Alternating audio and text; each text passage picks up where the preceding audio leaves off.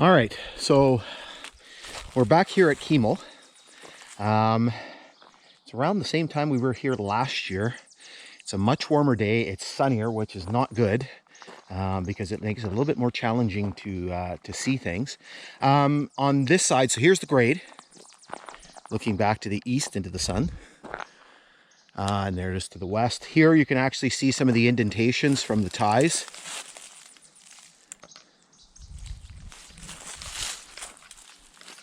On the siding here. So here is where the section house and the water tank were. Now, again, I'll flash some stuff up. So this was an original station. Keemle was an original station. I believe it's named after a guy by the name of Ralph Keemle. There was a junior and a senior, so I don't know which one it was. But essentially there's a lake further down, closer to Nipigon, that's named Keemle Lake as well. So the tank here opened when the line opened in 1915 and then was shut down in 1931, 1932, basically because with the advent of newer locomotives that could travel farther, basically they had bigger water tank capacity.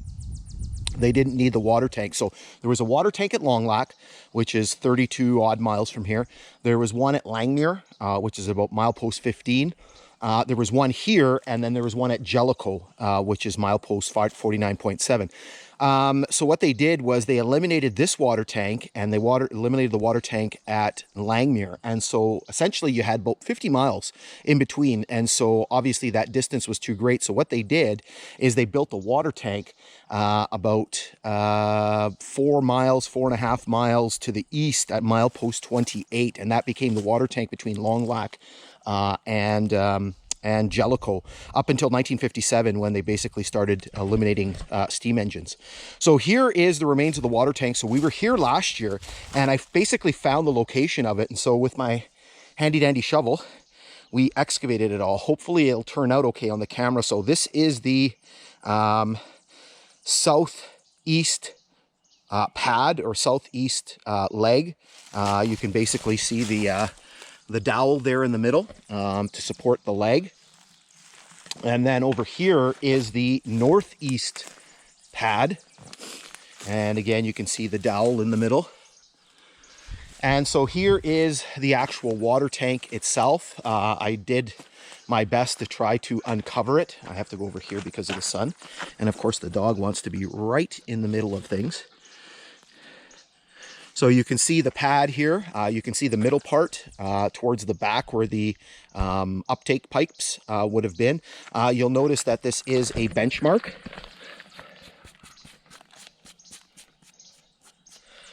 So it's got a number 2164.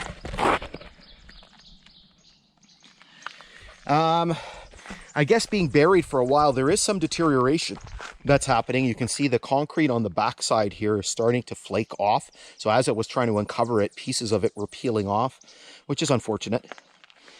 And then over here, we have the northwest pad. And again, you can see the dowel in the middle there for the foot. The other pad is right over here. I didn't bother uncovering it. It's literally right under this tree. I put my knife down there and you could hear the pinging off the concrete, but I wasn't about to sort of try to uncover that with all of this debris and stuff on top of there. So we do have some other things around the site here. We did see some of these things last year. So one of the big questions was where was the section house? So there is an open area over there. Now, this is the well, and we've seen this in other locations before. So there's the well. And then I believe the section house, I took, I'm going to show you maybe we'll pause right here and I'll show you those timetables. I'm going to show you some maps too. So on the 1952 topographic map, you're going to see a cluster of buildings around here. And on the 1979 one, you'll still see a building here. The only Bad thing about the 1979 map is that it's right in between maps. So Keemle is just on the bottom end of one sheet. So literally the railway grade comes up and cuts through the bottom part of one sheet and then back into the other sheet. So Keemle's right in the corner here, but you will see a structure that's still here. So as of the 1970s, the section house was still here. So here you can see a telegraph pole. Essentially, most of the insulators are gone, just the Dominion 42s. So yeah, let's put up those maps. Let's put up those timetables, including the CN property map, where basically you can see the section house marked on there.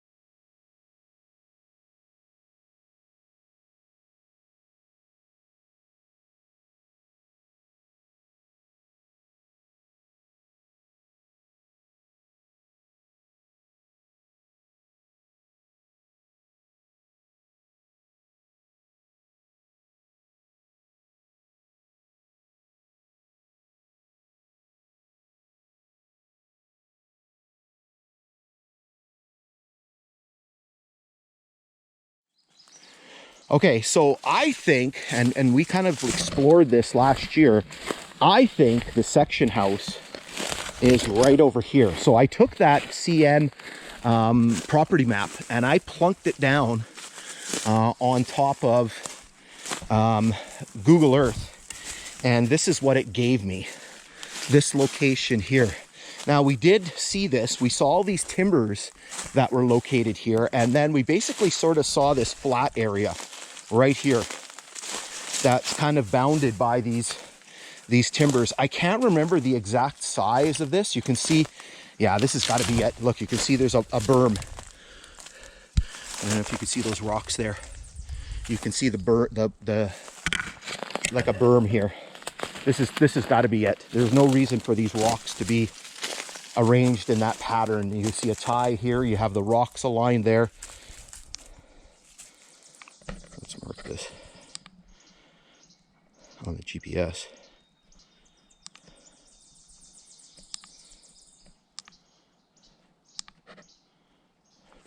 And then you can see typically what you see around section houses, you can see some garbage around here. So you can see one bucket. Is there anything else lying around here? Yeah, I see some stuff back there. So one of the great things, or not, maybe not great, but one of the things that's always a giveaway about where stuff is you see rubbish, garbage. And so you can see something here that looks like an old paint can. And there's some stuff over here.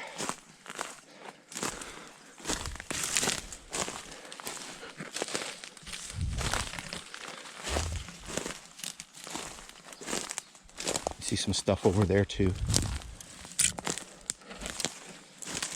This might be the big giveaway here. There's a piece of pipe there. So there's that. And there's a piece of pipe here.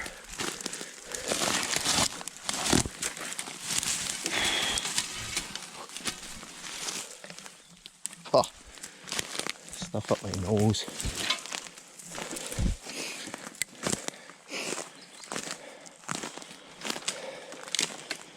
It's very warm today, so excavating that water tank, there's some metal here. Excavating that water tank is like tuckered me out here. You can see some more metal here. How do I get out of here now? What a mess in here. You can see yet more metal here. down there. Oh, there's a nice breeze. Yeah, let's take a look at the... Yeah, this definitely looks like a berm here. You would not naturally see all of these stones lined up like this. That is very unusual, and you can see kind of making out a berm. Again, when I flash that map up, I'll flash up the number again, and you can see the size of this section house. I think it was a wood frame, so there's no basement. So for example, the one at Kinghorn, which is to the west, has a wood basement. Sorry, a concrete basement. Bugs crawling on me. Okay, so hopefully you've enjoyed this sort of enhanced exploration here of Keemle. There you could have saw more ties. All right, so basically this video is designed to sort of jump in between episodes, and so basically you'll resume with last year's exploration and continue making your way down towards Scroll Lake.